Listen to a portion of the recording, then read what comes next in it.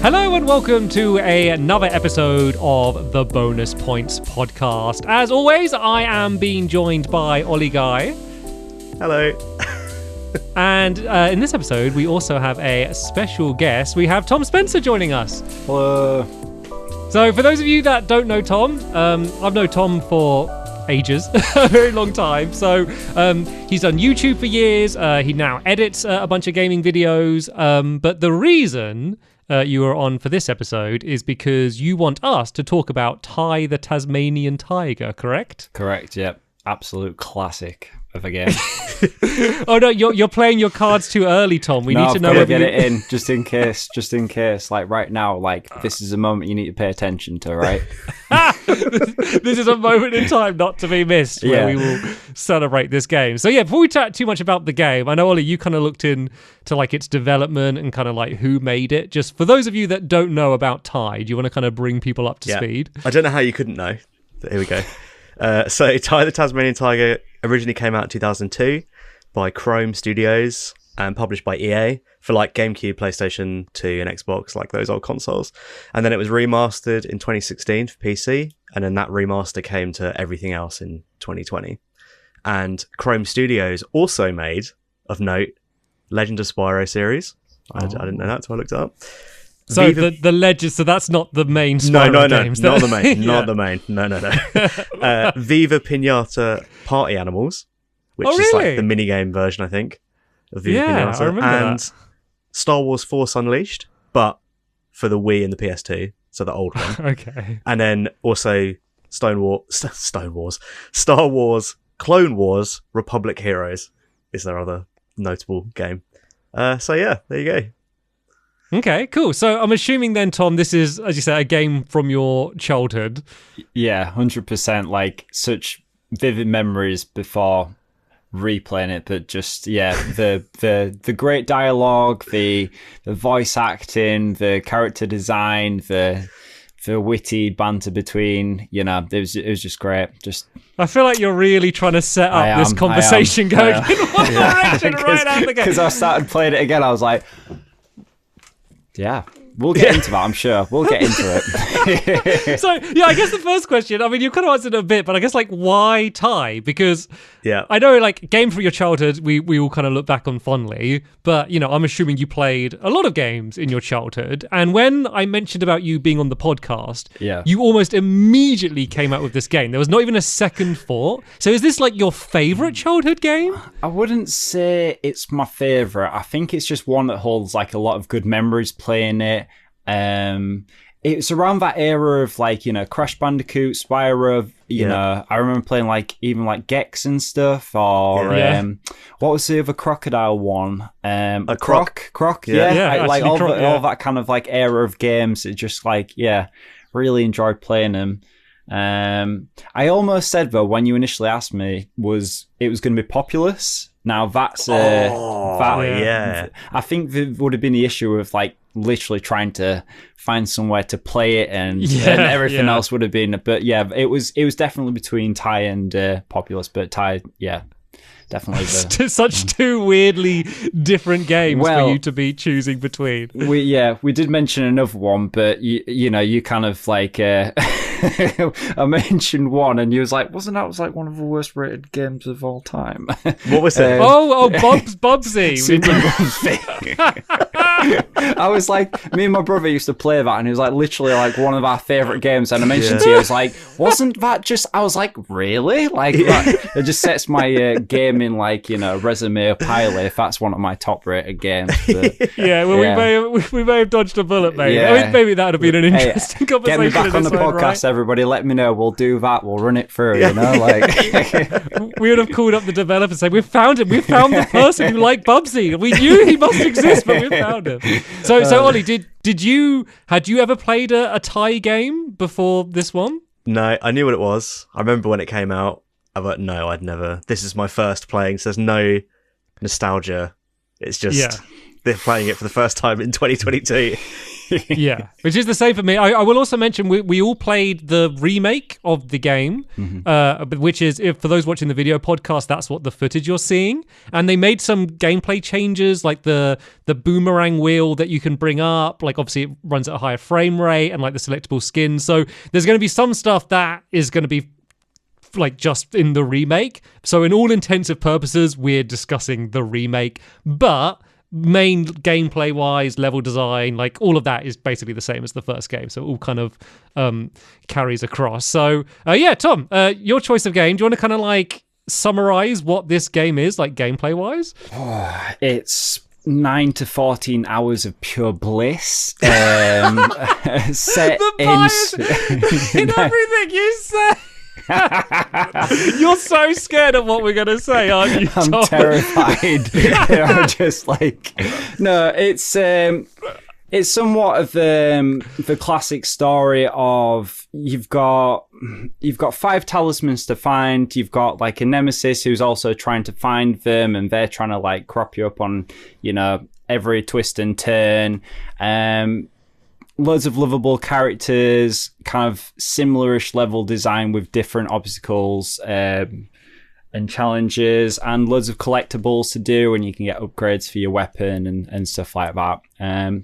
It's really, really good. Really good. It's kind of like a Mario 64. Like, you have to get this many things to move on, keep replaying the levels till you get enough of their Thunderstones. But yeah, you get those, and then that's kind what of it really like... reminded me of is more the early Spyro games, funnily enough. As soon as they come around to work on Spyro games, like the way in each level there's a thing that you need to collect every single one of, and even the way you enter levels, you got the hub, and you know, instead of going through like the window, you go through this weird like little rainbow swirl in order to get to the levels. So I think there's little areas where you can say, like, you know, the character design and animations looks a bit like Crash, and then the collectibles are like Spyro. There's certainly a lot you could take from, and I saw a video where they were really comparing the hub is very, very similar to Banjo-Tooie hub, apparently, in terms of its layout and stuff. So it seems to be a match of all of these different games. And then I guess the biggest twist that it does is 2 of them. One is Australia. It's very Australia themed. And then the other thing is the boomerang, which of course ties into the Australia theme. And I think that is probably what makes this game stand out the most. Was that kind of what you enjoyed, Tom? Yeah, definitely. I really loved like just some of the dialogue, and just people just like calling each other Sheila when they're not called Sheila and stuff like that. Like, it was really like, it used to make me laugh when I was a kid, and I think it's still the same effect now. Like, I found myself giggling along to it, and I was like, yeah, I quite enjoyed that. So obviously you got your joyous memories of the game. Trying to, as much you can, put that aside, did it live up to your expectations? Was it like playing through your memory, or do you think maybe your memories were a little bit altered with the time that had passed? If I'm being completely honest, I don't think I actually completed the game when I was a child. Like, I remember getting to a certain point, and then when I've played it this time, I'm like, oh my God, like, I've done it. Like, I've got past this level. And then it's just like, this whole new world's been opened up to me. So I think I'm a bit like, I'm going to be a little bit more biased to, like, you know, because I've got the nostalgia, but also then going further and further. So I think my view will probably be very different from you guys. But did you finish it this time round? Yeah. Completed it. Yeah, I really wanted to try and 100% it, but it was quite challenging in certain areas. But was it collecting the eggs in the levels that was the biggest challenge to stop you 100%ing it? The major problem with me was it was finding the Billabys. Like, there was a couple levels where I couldn't, and then it get to a point where I was on like 297, and there was like 3 of them just bopping around somewhere, and I was doing multiple laps of a map, and I was like, they've got to be here somewhere. Like, yeah, that was the exact same experience. Yeah. I think the problem is, so it's a collectathon game, but then I feel like the levels are so big and they want to tell the story. It doesn't feel like it's been designed to be a collectathon game. So the equivalent would be in Spyro, where you're collecting like the jewels or gems or whatever they are, but it'd be a much smaller level, and then you would have the little dragonfly that would kind of point to where anyone's left are. And that kind of made it fun collecting them all, whereas in this, the levels are so sprawling and maze-like. And then also from the main hub, you can't see like what you need, like how many like Thunder eggs you have left to collect to go. You have to kind of go into the level to see how many you need, and then it plays the whole opening cutscene again to set up the story, even when you've already done it. So it feels like in one way they want it to be a game where you're kind of replaying these levels to collect them, then they have a bunch of mechanics and setup where it kind of feels like it's almost going against that. So Ollie, as someone kind of going in fresh, do you want to kind of just talk through the experience of playing through like a typical Ty level? So you basically go in, and the little cockatoo guy gives you a little rundown of what's going on. He's like, "Am I going to do the accent? Are we going to do Australian accents?" You can lead the way, my friend. You can lead the way. He's like, "Oh, this rainforest is an absolute drongo banger," or whatever. And then, like, you kind pretty decent. Good old Murray right there. It's like he's right here. Like, that was good. That like, and he's like, "Oh, what's it he says about Julius?" He's like, "Julius is a real kidder dumber," or something, like about how smart he is. And then so you go into the level, and then there's like Thunder eggs, which are like the Mario stars dotted around, and you kind of have little tasks in each level to do. They're all kind of there from the start, and then once you've done one loop of the level, so they tend to lead back to where they started, or you can teleport back. It'll add a stopwatch, which will then let you do like a time trial version where you just like race someone. And then most of the levels are different, but they all have like collect 300 eggs, collect the 5 Bilby prisoners, and a couple of other things that are the same.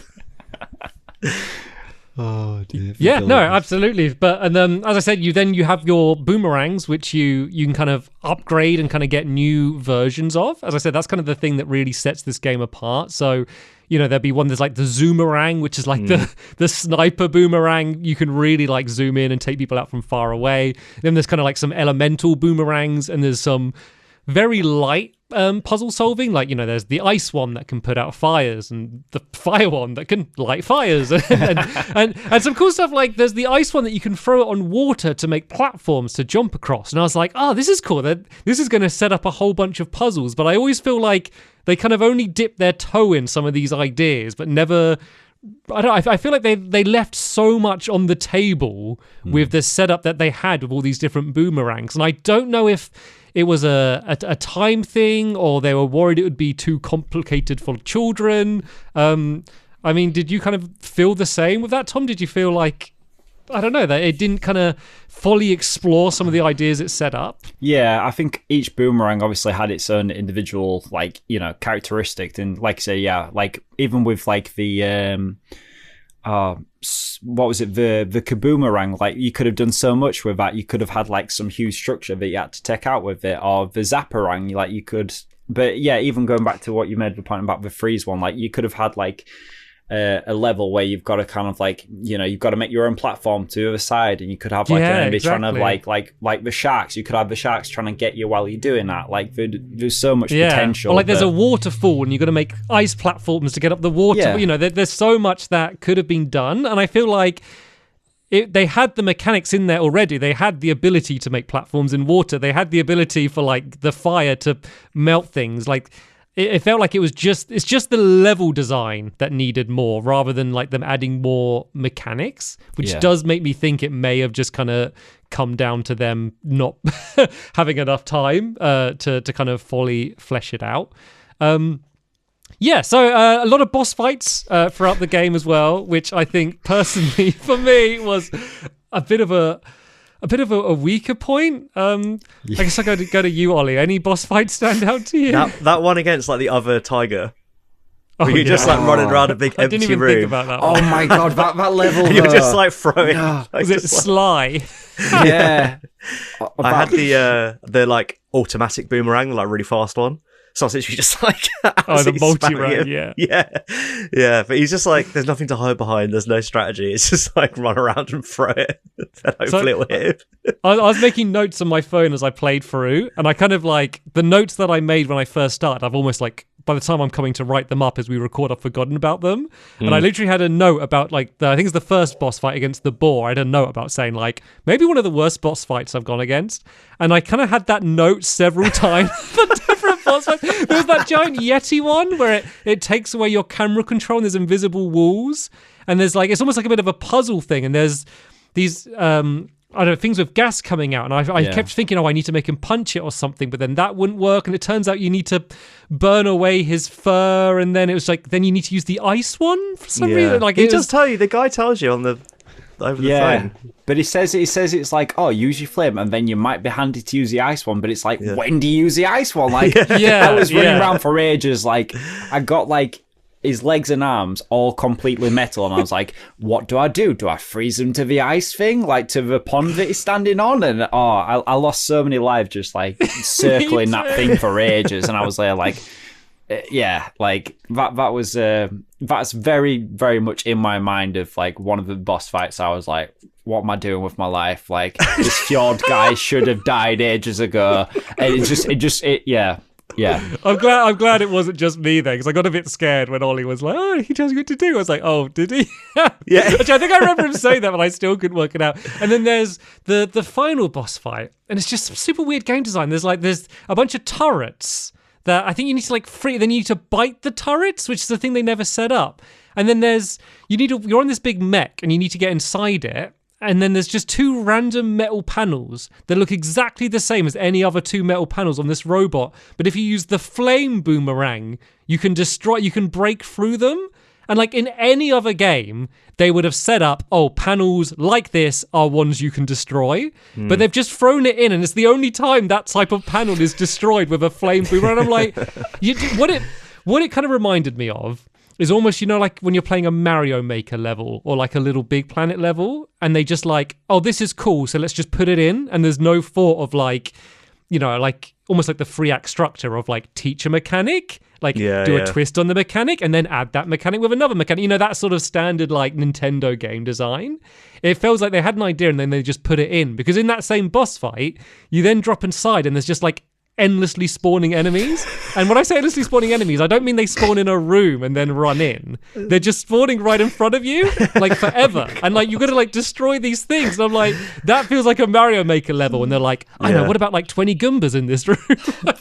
That's like literally what it feels like. I will say, just before we carry on with this final boss chat, in the history of this podcast, this is the first game that I couldn't bring myself to finish. So I watched the last 20 minutes. I was only 20 minutes from the end, but I watched the last 20 minutes on YouTube. So I've seen a video of that fight, but I didn't actually. They probably knew what they were doing, so you didn't experience the... No, did you struggle on that as well, Tom, or am I being unfairly harsh? Honestly, right, I can talk for 20 minutes on his final boss fight, right? I started off, and all these cannons are shooting at me, and I'm like, what am I going to do? What am I going to do? And I was like, I know, I'll use my freeze rank. I'll freeze them all. And then I was like... Now what? I was like, I'll bite them. Okay, that works. And then it's like Joe said, like, you've got all these boomerangs, and it's like, do what you like with them. You can go nuts here. So I got through the panels, and all these mobs started spawning. I thought, maybe just got to kill like 10, and then something will happen. And then I was like, okay, they're still spawning. I was like multi-ranging it, kaboom-ranging it, everything, all of these ones. And I was like, maybe I'll try freeze them. And then there was these two red like squares on the top of the panels, right? And I was like, maybe the buttons. Let's try zoomerang them. Oh wait, that's not working. And I joke you not, I use every single boomerang on those glass tubes until I got the right one, which had to be the flame one for it to all kick off and happen. Not the exploding one, not the zapping one, for zapping electric cables. What was the point in that zapping one? What was the point in it? I know, they make it so you get this zap one, and then like, was it Murray? Is it the Cockatoo Murray? Yeah. Murray's like, this is I'm not going to do the voice. This is like the most powerful like boomerang. This is more powerful than all the other ones combined. I'm like, great. You use it on one generator to open a gate, and then you never use it again. And I'm like, what was all that hype about? You do it on one little like old rusty like generator, some and then you petrol never on it, like it he didn't need it. It was fun. It was like the worst. I was like so much hype. You were expecting like, taking out multiple enemies, like kind of four in it, and it's just so like. He's like got bug zapped and it's just like, there you go, jump started your generator. Like, oh, honestly, I was like. So what was the deal with like when I was watching the YouTube video? I started to click through the end because there was a bit where the boomerang was like flying down a pipe for what felt like 10 minutes, and I was clicking through. Like, why? That is it was still anxiety playing? central. That reignited it for. That was I would have liked that moment because it's quite a cool. Once again, like. Use that mechanic throughout the whole game if you got it. You like have that being taught at an easier section, doing something else in the game, or, whatever. But I just struggled on it because the whole game I played inverted, like I do every game, like the camera's inverted. But on that bit, even though it's a flying mechanic, which is normally default inverted, it's not, and you can't change it. So you see, like you're seeing the footage, I'm just flying along normally, and I suddenly go whoop, just down in the floor when there's and I just struggled so much because my stupid brain couldn't switch the way it should go. So I struggled on it way more than I should have. But otherwise, wouldn't have minded your controller upside down. Yeah, but then left and right would have been wrong. Wow. Yeah. Hey, that's a challenge for you guys to do, yeah? yeah.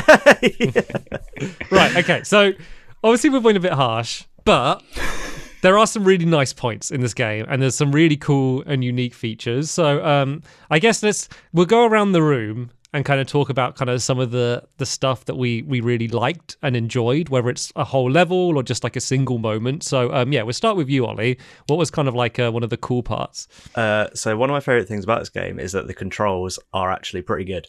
Like, he's really responsive. I didn't miss any jumps. I didn't actually die in the whole game. So if something must have been going right, because I was just like bouncing do the final boss, Ollie. I didn't. No, I didn't. You're right. He controls really well. It's super responsive. Like, the swimming is amazing. The swimming's better than running. Like, the controls, are good. I mean, once I figured out how to pull the camera back a bit, it was better. Because it turns out there's a button you can press that pulls it. It doesn't go back as far as because I played it on the Switch. It doesn't go back as far as the Xbox version, but it does go back so you can see a bit more. And the controls are like solid. Yeah, which is so important, because for any of our complaints, if it was them on top of bad controls, it would be frustrating. Like, I could always do what I wanted Ty to do. It's just some of the things that Ty was doing I didn't want to do, if that makes sense. But yeah, Tom, so obviously, you have so much love for this game, and you kind of gave like a quick overall summary. Is there like a particular moment or a single mechanic that stands out, or is it just the overall experience? I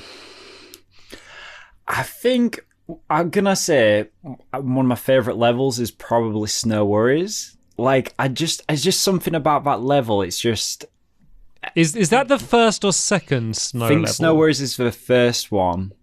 I don't know what it was. It's just like you've got the ice kind of factor, like the slippy bit, and it's so wacky. I mean, like, even like I remember playing it as a child, and I'm there like trying to move to the left. I was going boom, like completely like straight across, and you try and correct yourself, and just that whole level. That with like the logging? Yeah, the logging. Yeah, that was quite cool.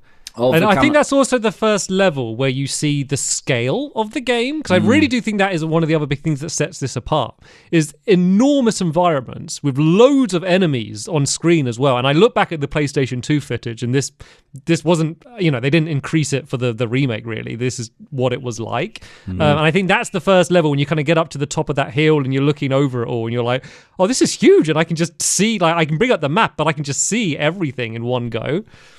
Yeah, the scale of all of the maps, to be fair, like, feel really good, really kind of like it feel good, and also annoying when you're looking, you've got, like I said, you've got 298 like orbs or whatever, and you're trying to find the last one, and then using your zoomerang and you still can't see it. So yeah, it's a whole good and bad. Yeah, that's kind of what I was saying earlier. It feels like there was the collectathon mechanic wasn't made for this game. It feels like it should be a more story kind of driven game, almost like I don't know, like a Skylanders or something. Where you're kind of just progressing through the levels. I actually really liked the second snow level. With the cable cars.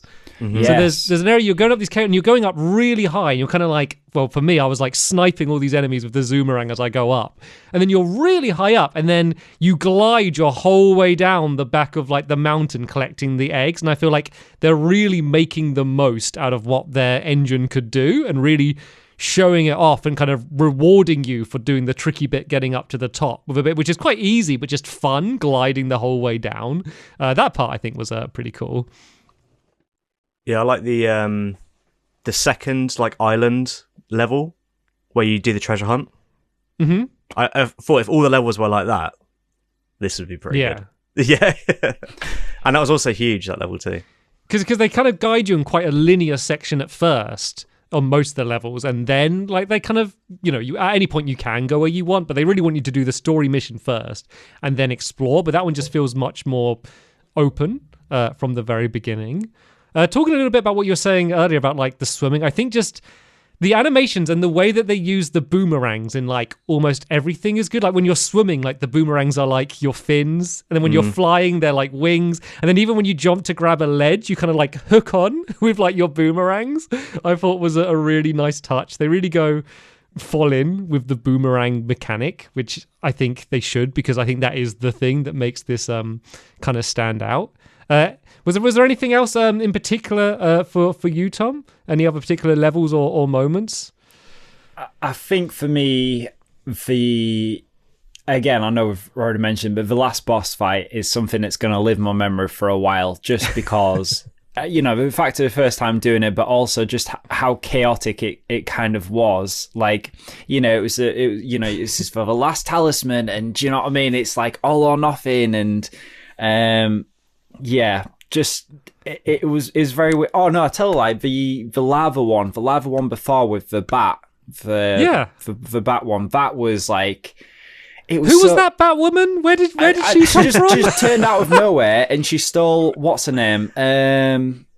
Is it? The girl, the like sexy one.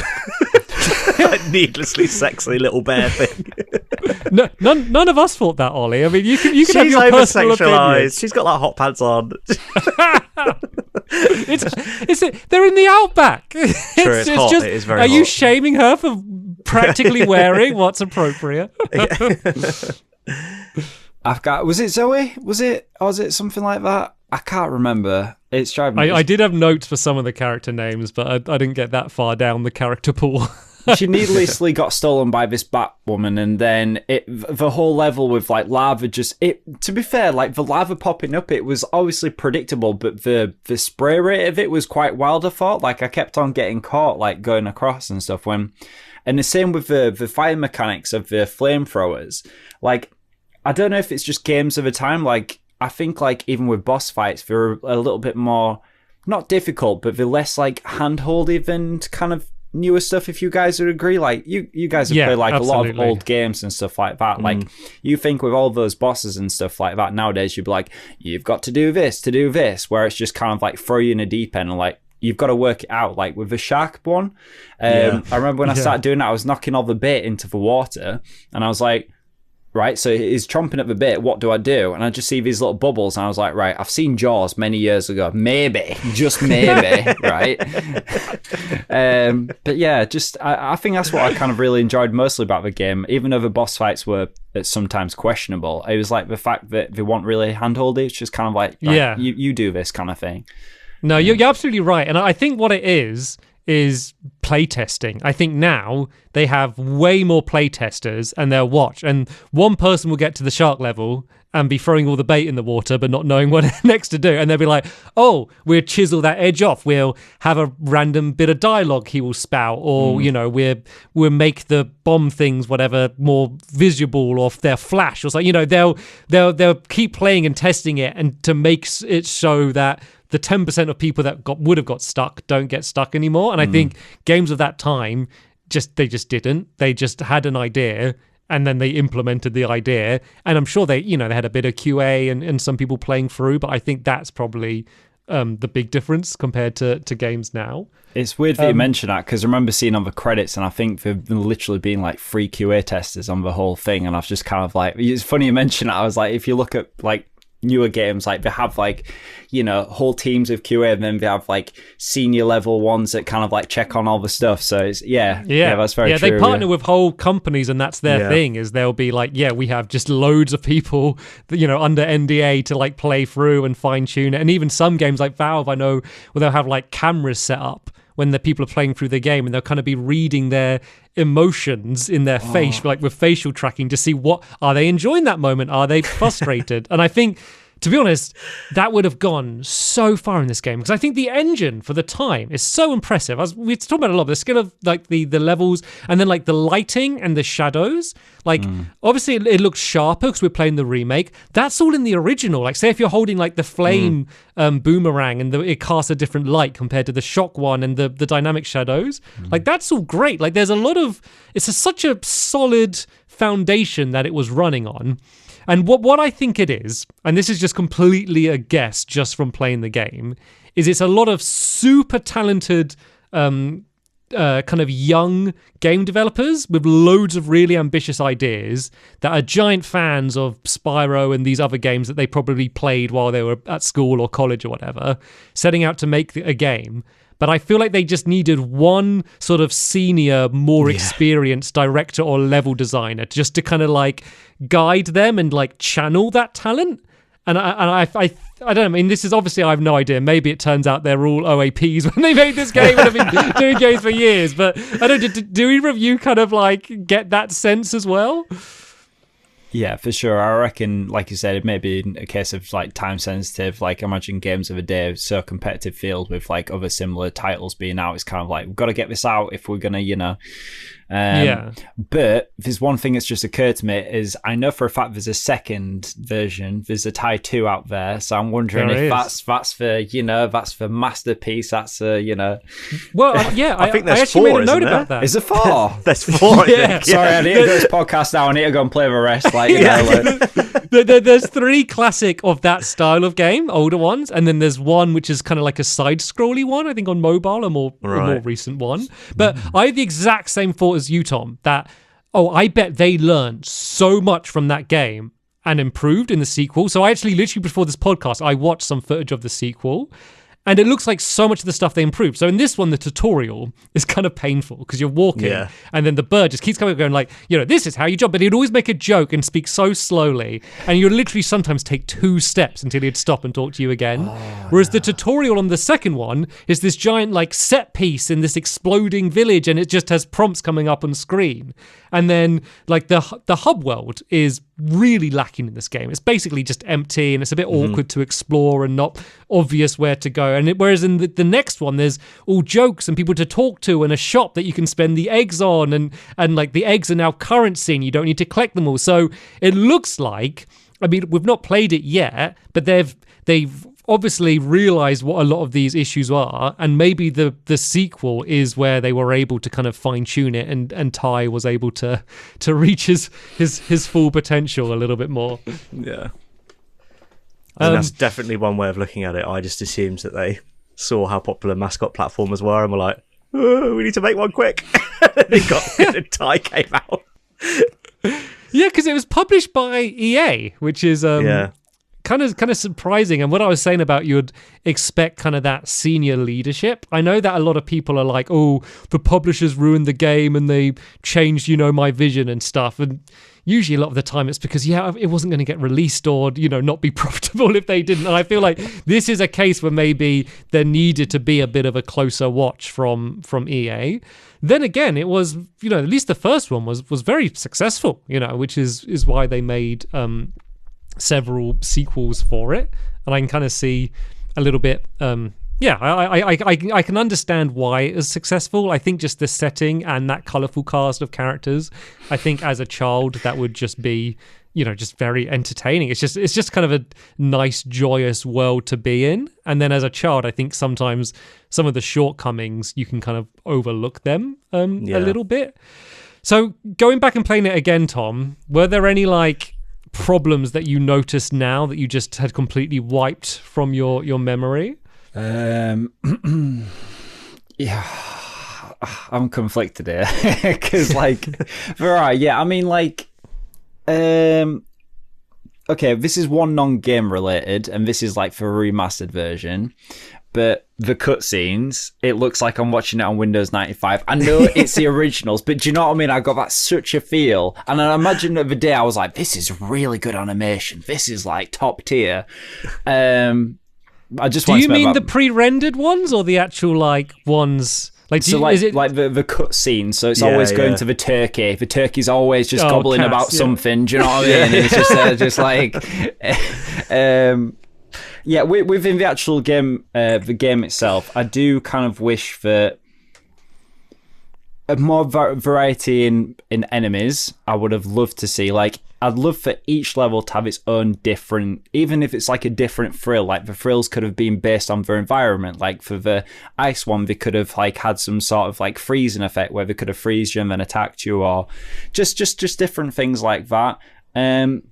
Maybe the races to be a little bit harder. Like every time I went against that platypus, I was like, I've got him on flat. I've got him on there. Underwater, he's got me. And I'll, you know what I mean? But the last little minute, you'll just sneak past him and you'll just say like, no worries, mate. You know what I mean? It's just like, it's just great. That's the only one I'm doing, by the way. That's the only one I'm comfortable with. Like, no more impressions for Tom. I think with those races, I think it feels like it needs another movement mechanic, like, because it has a moment. So once again, back to Spyro, there's that little blue guy with the egg that you chase. Do you remember when he like laughs at you? He's like, ha ha, and you got to try and catch him. Yeah. I don't know if you remember him, but so there's a version like that in this game where it's a turkey. But the fun thing about the Spyro one is you had to like charge, which meant, you know, it would limit your movement. You couldn't glide and you could only have a little hop, and it kind of changed things. And then if there's a time trial, you're once again, you know, doing that kind of like speed move. Whereas in the time trials, you're often just running, and it's these huge open levels, and sometimes it's just these hoops you're running through. And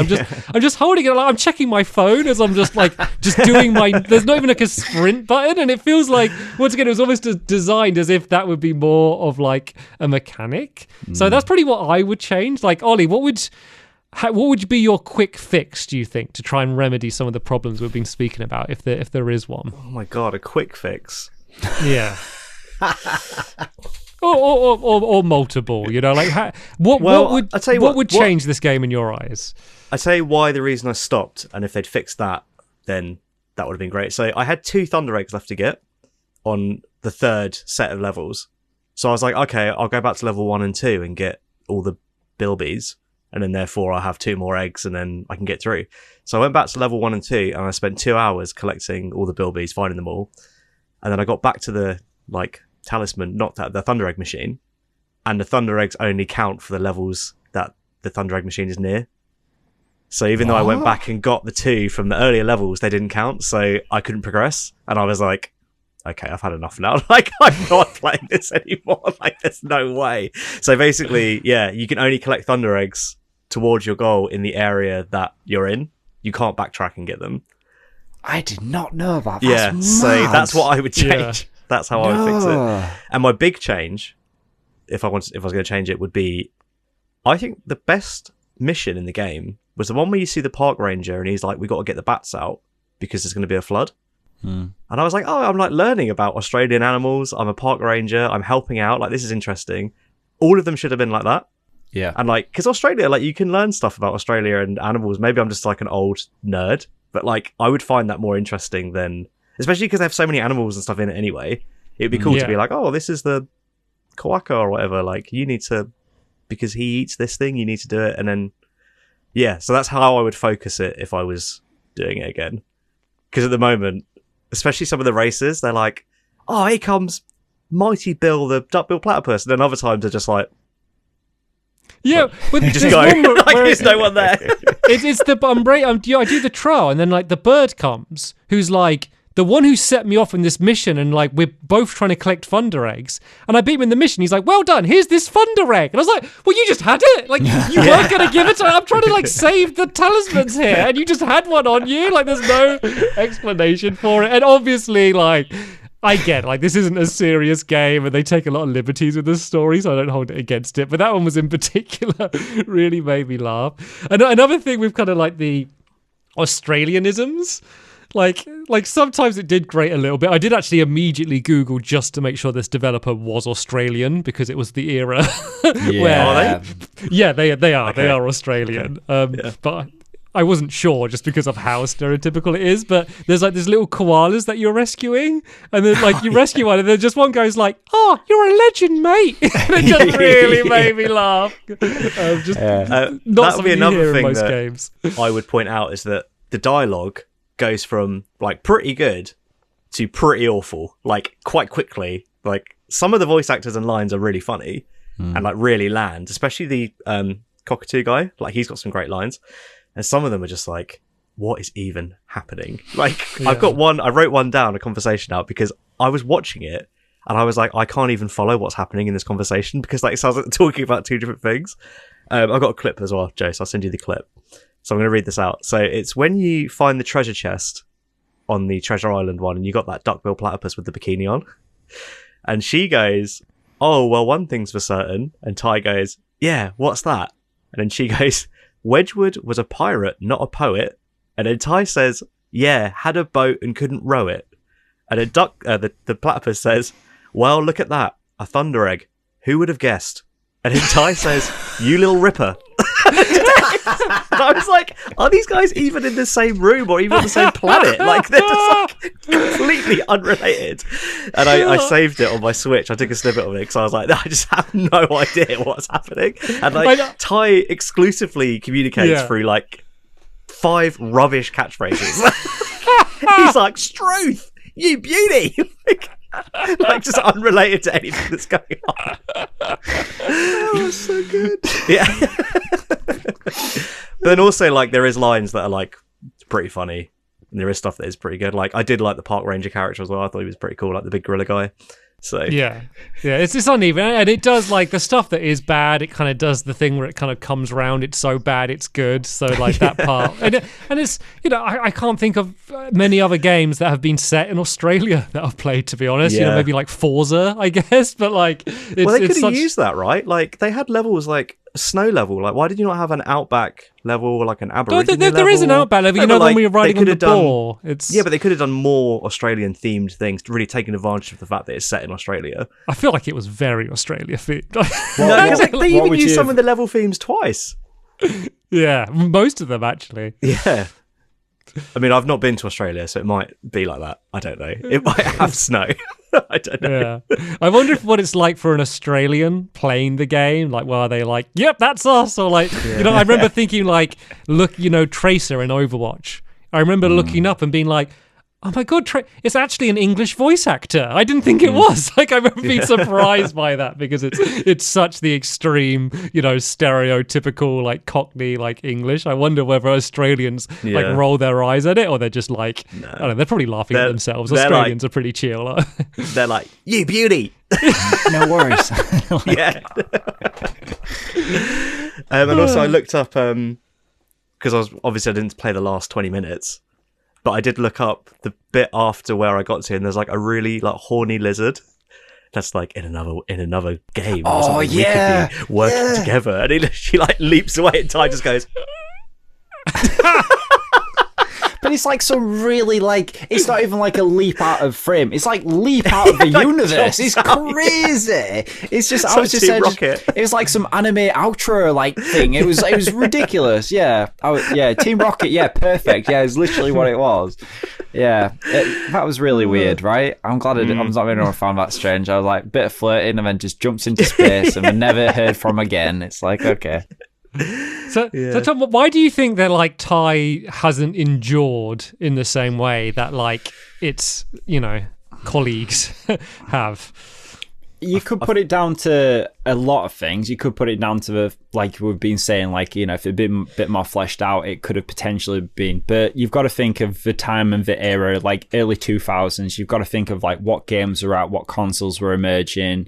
Like early 2000s was like the height of like the Xbox being launched, and then you've got all the different publishers and developers that they were pushing out and stuff like that. It could just be a case of a time in a competition. If it's maybe being released a bit, maybe earlier, I'd say earlier, it might have done better rather than later. Yeah, exactly. No, because I was thinking of the game, and I was thinking about the gameplay, and I was kind of comparing it directly to Spyro, because that's what it kept reminding me of. but I was comparing it in my head to like the PlayStation 1 Spyro games, because they have a lot of the same mechanics where like in Spyro you could either charge or do flame attack, whereas in this you could boomerang or bite if it's a bigger enemy or armor. So it seems so close. And then I realized I was thinking, but I think in Spyro it did this a bit better and did this a bit better. And I suddenly realized, no, wait a minute. This game came out a year after Jak and Daxter. This came out the same year as Ratchet and Clank.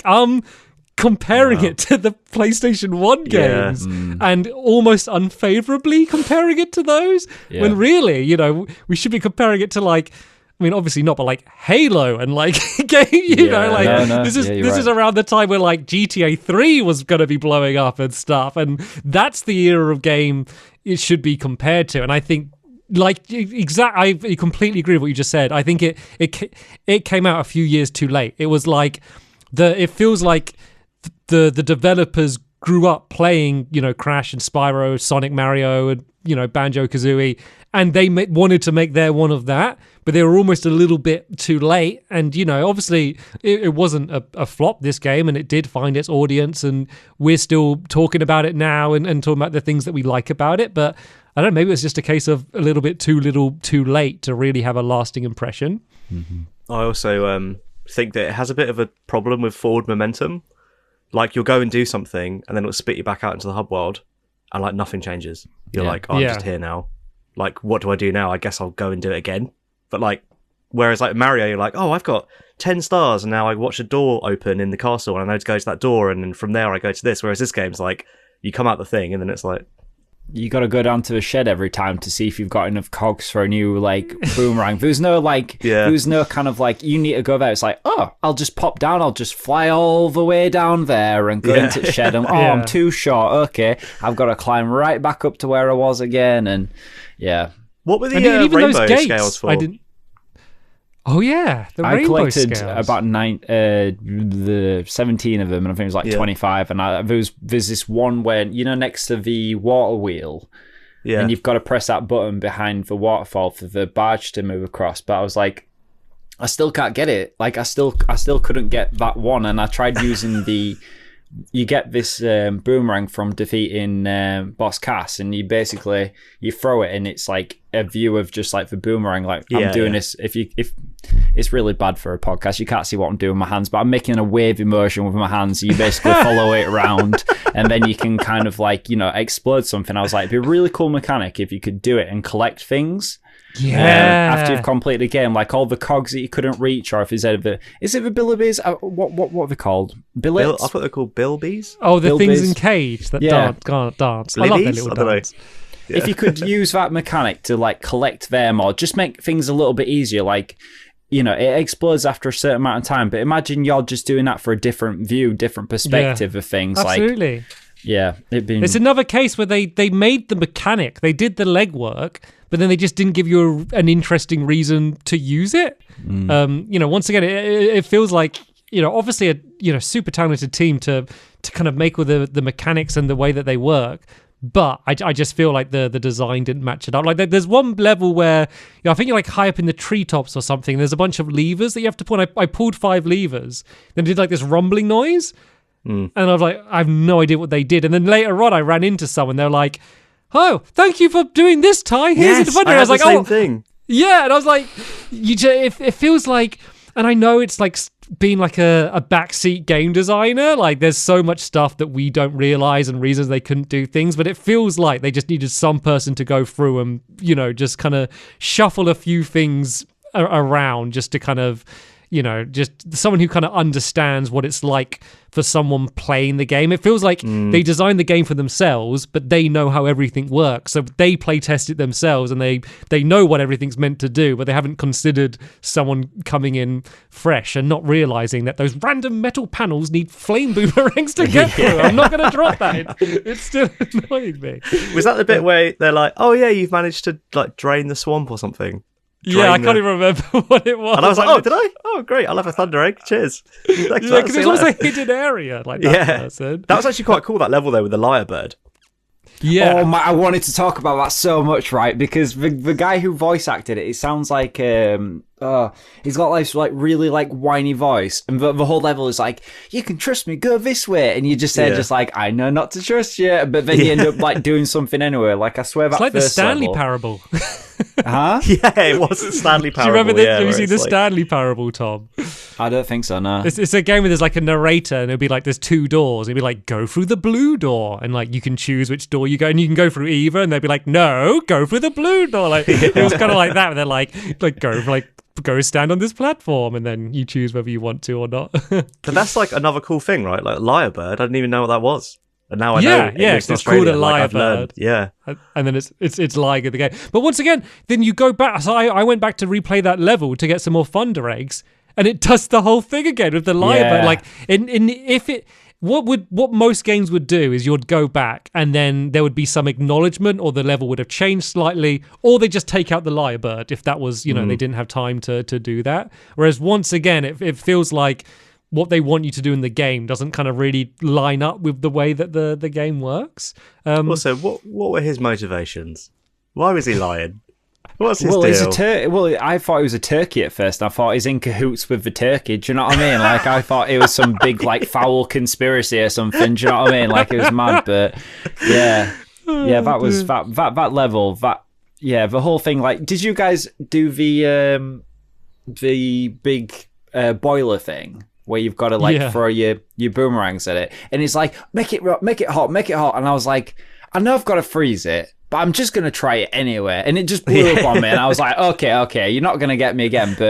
And then that really disappointing boss fight on that same level. And I used different boomerangs. I thought, I've got all these boomerangs, I'm going to try them out. Because obviously you got that boomerang that automatically like locks onto your enemies, which you're supposed to use against him. But I was like, I've got my freeze one. Maybe I can just freeze him and then try and bite him. But yeah, I wish. I think that's the main thing with this game. I wish you could have got more out of the boomerangs. Like, they're so varied and different. I am upset because I missed one. I had one left to get, and I didn't get it, and I don't know what it is, and it's going to haunt my dreams. But, I just wish they'd utilised that, and like Joe said about the level design. Yeah, the infrared, whatever it was, the boomerang that you could like see hidden objects was pretty cool. Yeah, but then I don't know what I was collecting. Yeah, those cards that drop. They never tell you. I just thought, this is cool. Like, what do I get? Like, do I get a postcard or something? Like, what is it like? You just give us so many of them. I thought it would work for like at the end of every level. There's that like big mound of like somewhat see-through jelly or something. I don't know what that's it if you is. collect all the eggs. Okay, so I used my infrared thing on that. Yeah. Because it's like you can't see it, but then it didn't, No, that's just a super weird design. I don't know what that thing's meant to be, but that's the thing to say. Like, you go there once you get all the eggs and you get a Thunder Egg from it. Because I thought that was quite cool. There's like really like transparent cubes hidden throughout the level. And I was actually really enjoying finding them because it took, it was a bit of a challenge. It easily missed. But then once I got the infrared one, I was like, I could find them easier, but I just can't be bothered to keep switching to it to like check every inch. So I just kind of stopped getting them. But yeah, there's those cards. And then as you kind of mentioned a bit earlier, Ollie, those rainbow things. Yeah. Did you ever work out, Tom, what those the things you were talking about in the hub, what you collect them for? Unless it makes the hub interesting, I don't really know. Like, maybe if you get 25, it like adds loads of stuff to a hub potentially, but your guess is as good as mine with that. Because I swear there's a voice line where they're like, they will come into play later or something, and then they're just never mentioned again. Maybe you need all them for... No, but you need the cogs to get the last boomerang, so they've got to have something worth, like... It's got to be something. Well, you get like an extra life or something after all them. It doesn't seem worth it. If only there was a way we could find out. But it'll be a mystery. There's like some search engine which we could use to discover such a thing. Like, I'm not quite curious enough to actually look up, but I will say, like, I did try and look up some stuff on this game, and like coverage of this game is like quite patchy. Like, I looked up, I couldn't find a guide for the second level Bilbies. Like, I couldn't find it anywhere. I found out every other level, but the second one for some reason just didn't exist. There's a hole in the market there. Yeah. That'll be our next video. Yeah, right.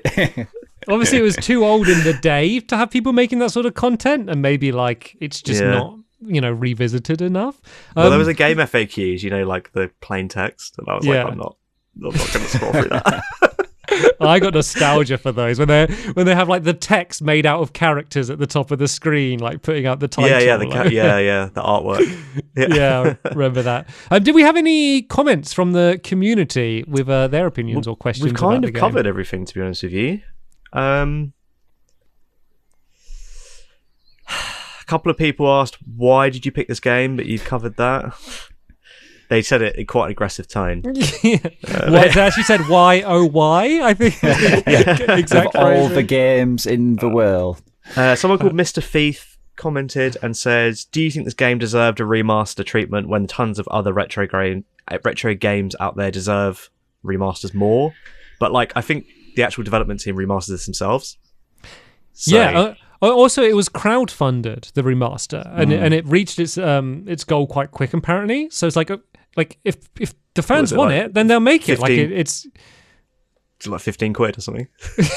It was more than that. What would you guys pick? Okay, there's a question to you too. Yeah. Similar age, early 2000s. What would you have remastered for a game like that hasn't already been done? Something from that era, something from your childhood. You think, you know what?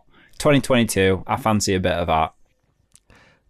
In the same vein, Jak and Daxter was my equivalent of this game, and I would say that, but I also think that it kind of just really holds up by itself. Like, obviously, it'd be nice if they kind of just sharpened it up or let you play it on modern technology, but I think it kind of stands on its own. To like, did you ever play? Sorry, go on. I thought you were finished. No, go ahead. Metal Arms, glitch in the system. Do you ever play that? A little robot. I think I've got vague memories of it. Or Conker's Bad Fur Day, which is that got a remake, didn't it? Though. Well, it just got X enhanced, but it could get a proper remake. Oh, it's quite intense because it was N64 originally, the Xbox version. Yes, the Xbox was the remake. Yeah, but like I want. You want a remake of the remake? A remake of the remake, yeah. Because that game already looked pretty good. Was Conker's done by Rare, or am I thinking of? Yeah. That's like the rude one. Come on, guys, get it. No Sea of Thieves, just do this. You're fine. Like, it's good. Like. So something I realized I didn't mention yet was my previous experience with Ty, because my only thing I knew about Ty is do any of you remember like the marketing campaign around Ty? No, not at all. So I remember just seeing a TV advert, and it's Ty walking through a hospital. And you can see like 3 people in hospital beds all wrapped up in bandages. And one of them's obviously a hedgehog. One of them's obviously a Tasmanian devil. And then the other one's obviously like a dragon. And then Ty's like swaggering through and they're all like watching him all like bandaged up. And then he like turns to them and they all like flinch away like, and then it's like, there's like a new like character in town and it's basically like making him as he's like beating up all of these other ones because he's so much better than him. So I remember that advert so well, and I remember it putting me off the game because I was such like a loser kid. I was like, can we all just be friends and get along? Like anything aggressive or edgy I didn't like. And I remember being like, no, like why have they been so mean to these characters I love? And so that I really remember that trailer, and it's on YouTube. I won't include it here because we've got done in the past for putting trailers for copyright, but look it up because it's quite a thing.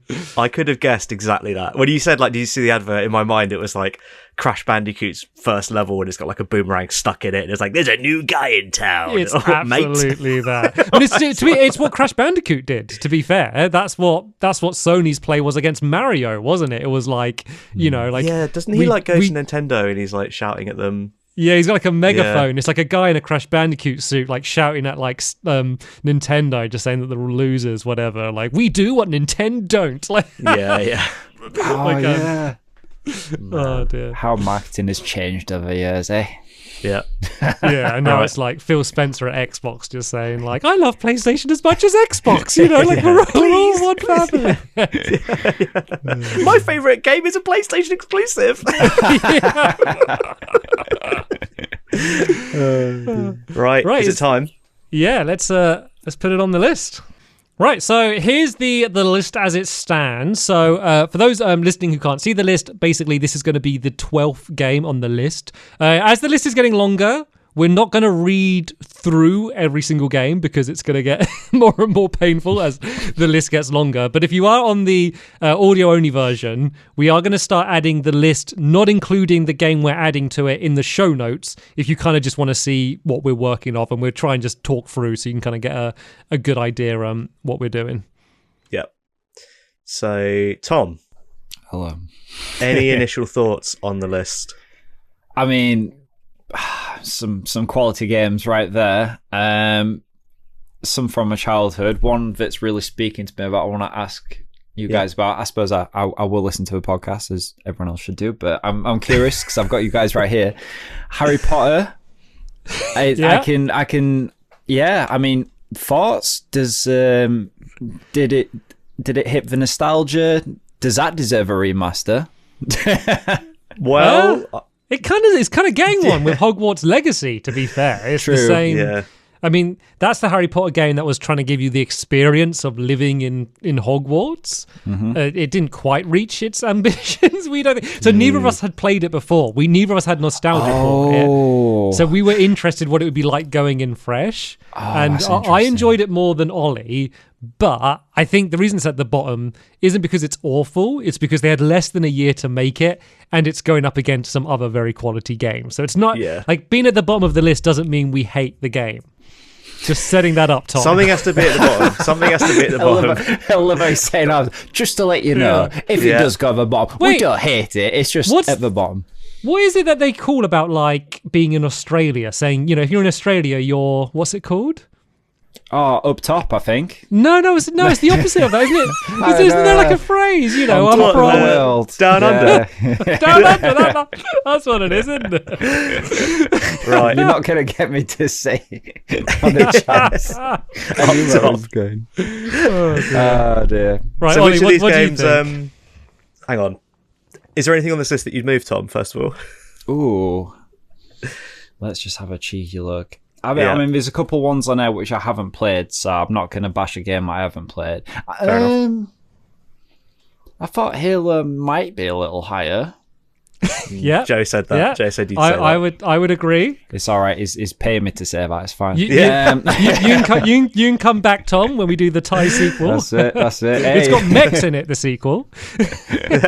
I think that's pretty solid, to be fair. Like I say, there's probably 3 or 4 games that I haven't played myself. So, have you played Prey? No, I haven't. No. Okay. Have you played Doom? Yes, I think that's in a very good place where it is. Perfect. Good. Yeah. You're saying read the script just as I wrote it, Tom. Also, potentially Ooblets could be higher. But just saying, was that did I read that right? Sorry, Kai sent me a message, right? I think it looks pretty good, but I think what tell it look better. I think Ty squeezing in there, when I'm saying in there, I mean in a month, not Yeah, right. Whereabouts would you put him? I'd put Ty probably. I'm gonna go even 9th or 10th. Okay, so 9th or 10th. So that's around Max. So Max Payne 3 is 9th. Onimusha Warlords is 10. Mm-hmm. So you're saying what kind of in between the two is where you would want it, Tom? Yeah, because obviously, you guys are going to continue with this, and I feel like, with, say if you do like 100, I think it'll be in a good position for a while. So, be nice to see it 10th until you've done like 90 games. So, just keeping it there. That's a nice thought, isn't it? I'm planning for the future. All right. I was saying in the last episode that like Harry Potter's going to be like when we've done 100, looking back, going like I was in the top 10 once, like back in the day. Top of the pops thing, like look where it was, like I used to be something, like I was right up there. Right, Ollie. So obviously Tom. Yeah, well, Tom has an impact and he can persuade us, but ultimately this is our list. We are allowed to change it when we want. Where would you place the list? Okay, straight away. Gloves are off. Straight away. Oh my goodness. The only game this whole time that I've not been able to finish. I've been I can't play I do anymore. feel like you didn't finish it because of that Thunder Egg technicality. It's not like, I'm hating it so much I can't bring myself to finish it. It was I don't want to redo it because of that, or I also thought it was incredibly boring. So I feel like that's its biggest crime, is that like it's not even bad enough. Jesus, where's the toilet flaring over here? It's not even bad enough to be interesting. It's just boring. It's just like there's no challenge. It's so easy, and I was just like, when is this going to end? And then I got this stupid technicality, and I was like, I'm not doing it anymore.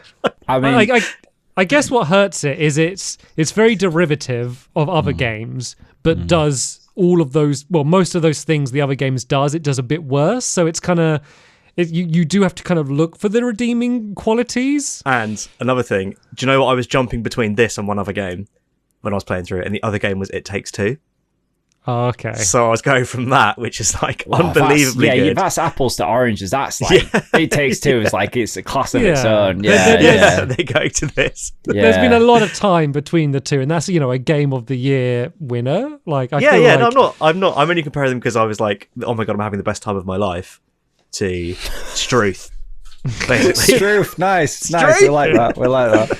So this is the thing, you've got to move it up just because all these beautiful new phrases which you've adopted to your vocabulary now, like that's got to move up if anything. They've invaded the vocabulary. Is the right? We can put it in its own Struth tier, like down. Cracky, like you know what I mean? It needs to,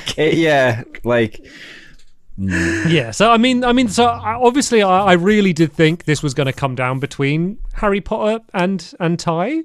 So what is it? Why are you, in a words, putting Harry Potter above it? I mean, Harry Potter had really good music. Yeah, and also it did have that like I'm going to school element that was quite fun. And Ty the Tasmanian Tiger has horrendous music. It has like 8 bars of music that they just play on a loop. We didn't even get to the again. music. It sounds like hold music. Like there's a few okay ones. There's like the Billabong level, which is actually probably my favorite level. That had some quite nice music. I think the difference between Ty and Harry Potter is this is once again just from the way it felt playing the game. That studio felt like an experienced studio, the people that made Harry Potter, making it to an insanely strict deadline. They had like 9 months to make it, and so they just did what they could. But they seemed like they knew what they were doing. Whereas Ty, they had longer to make it, almost 2 years, but it felt like just a less experienced team. It's kind of like basically their first game, and I feel like between the two, that makes what is in Harry Potter just a bit of a level above. So yeah, I'm afraid to say, Tom, I would kind of agree with Ollie and put it at the bottom of the list. I mean, I think I was fighting a bit of a battle this whole time, but if anything, I've brought a little bit of culture to both your lives for a little short stint of time, so it's fine. It's culture. You beauty. That's you absolute beauty. See, he's using it now. You can't see it in the game, and then he's quoting it all the time. So I felt bad because I did think it was going to end up on the bottom of the list, Tom. But something I want to make clear is that the point of this podcast isn't we're trying to pick the best games and like what's the top 100 games of all time or whatever. We just wanted to pick games that like are interesting, and a lot of like cult classics. Like there's a few big hitters on this list, but there's a lot of games that we personally like, but we feel like not enough other people have played. Yeah. And so that's why I'm so glad you picked this game, because all I knew about it was that advert. And without you, I'd have never played it otherwise. And now I'm glad I know this new mascot platformer that I basically didn't know anything about. So I've no regrets playing about it, and I've just had so much fun with the conversation that I'm glad that you made this choice, even if it might stay down under for a while. Well, you never know. It might be like a boomerang. It might come back around again. You never know. Like it's we'll have to see with that one. And to be honest, I really enjoyed it, and I think it's like the first game in a long time that I've completed. Like it's got me back into gaming, and I'm definitely going to check out the second one, and hopefully it's redeemed itself. So, but yeah, I really enjoyed it. Before we let you go, Tom, is there anything that you want to mention that you're working on, or any of your charity work, or anything that you want anyone to check out? I mean, I work with Alopecia UK. It's one of the biggest charities in the UK for alopecia. If you know anyone or kind of like interested to find out more about it, check out the website. There's loads of really good information on there, loads of blog articles. Or if you need anything in regards to any questions, just hit me up on Twitter and I'll try my best to answer them for you. Yep, yeah. Tom's handle will be up on screen in the video podcast, and then we'll put it in the show notes for the audio podcast. If you just kind of want to follow Tom and just kind of hear his thoughts or what he's up to, if you've enjoyed listening to him. Did you tweet the other day about you thinking about doing more videos again as well? Or am I imagining that? Yeah, I did. Well, it'd be more alopecia based. I went to, it was like a big weekend where we all meet up and stuff. It's the first one since COVID. And just speaking to a lot of the parents and stuff, there seems to be kind of a little potential gap in the market with like a male's perspective. So I was thinking about kind of like putting some videos together, just kind of like, you know, share my experience. I've had it for like 15, 16 years. So hopefully I can get something out there and maybe answer some questions. But yeah, maybe along that, the gaming, I don't know. Unless it's Ty play for everybody. Yeah, Ty T, definitely. I want to hear your fan fictions. You don't. Trust me, you don't. And then for us, Ollie, what's going on the bonus points? Well, we got merch, as worn by you. Ooh, Hello. I like the mug. I like the model. Damn. Why are you just finding everything sexy today, Ollie? I don't know. It's because it's so hot in this room. It's doing something to me. What else have we got? Oh, we're doing Do Your Worst series. That's kind of new. That's just coming out at the moment. Every other Friday from this show, we have the best of 3. So that's pretty good. And we also started doing tier lists when we find the time. I don't think it's going to be a boomerang tier list. Just because they'd all be S tier. That's what it would be. They'd all be S. Yeah, they'd all be the best. You can... Actually, Tom, do you want to let people know where they can find us? No, you do. No, okay, cool. Twitter, we're at The Bonus Points. Instagram, we're at The Bonus Points. And TikTok, we are at The Bonus Points YT. And check out the Priest podcast if you haven't already. They're all really good, really entertaining. And yeah, thank you guys for having me on. It's been an absolute blast. I was trying to think of some boomerang-based pun, but I think I'm all done with all them, to be honest. You've lifted a lot of weight for that, to be honest. You've done better than either of us. It's been absolutely great having you on here. Thank you so much for joining us. Do you want to chat about what games are coming up next, Ollie, on the bonus points for the podcast? So next is Undertale, which has been massively requested, probably our most requested game.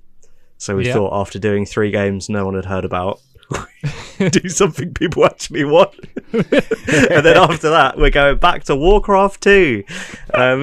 Which is also what was the phrase requested. you used, Ollie? You want to say we make like anti-content or something? Yeah, we make anti-videos. Give them what they don't want by the bucket load. Like, we're yet to find our audience, but for our anti-content. Well, we found our audience, but it's only us. So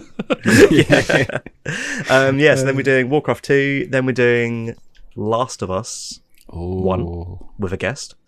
And then we're doing Zero Ranger. And then we're doing Driver San Francisco. So we're going straight back to that anti-content. Oh, nice. Yeah. See, that's my content. You see, this anti stuff, I'm all for it. Like, it sounds great. Well, if nothing else, we've gained one listener. I always just think, 100%. Like, everyone's talking about Elden Ring. Everyone's talking about this, that, and the other. So, like, let's do our own thing. I mean, what can we say about these games that people haven't said 1,000 times, So, but that's going to be the end of this podcast here. Thank you all so much to listening to its conclusion. Next one will be in 2 weeks, as they always are every other Friday. But apart from that, cheers for watching, and we'll see you later. Bye. Cheers, everyone. Cheers, Tom. Bye.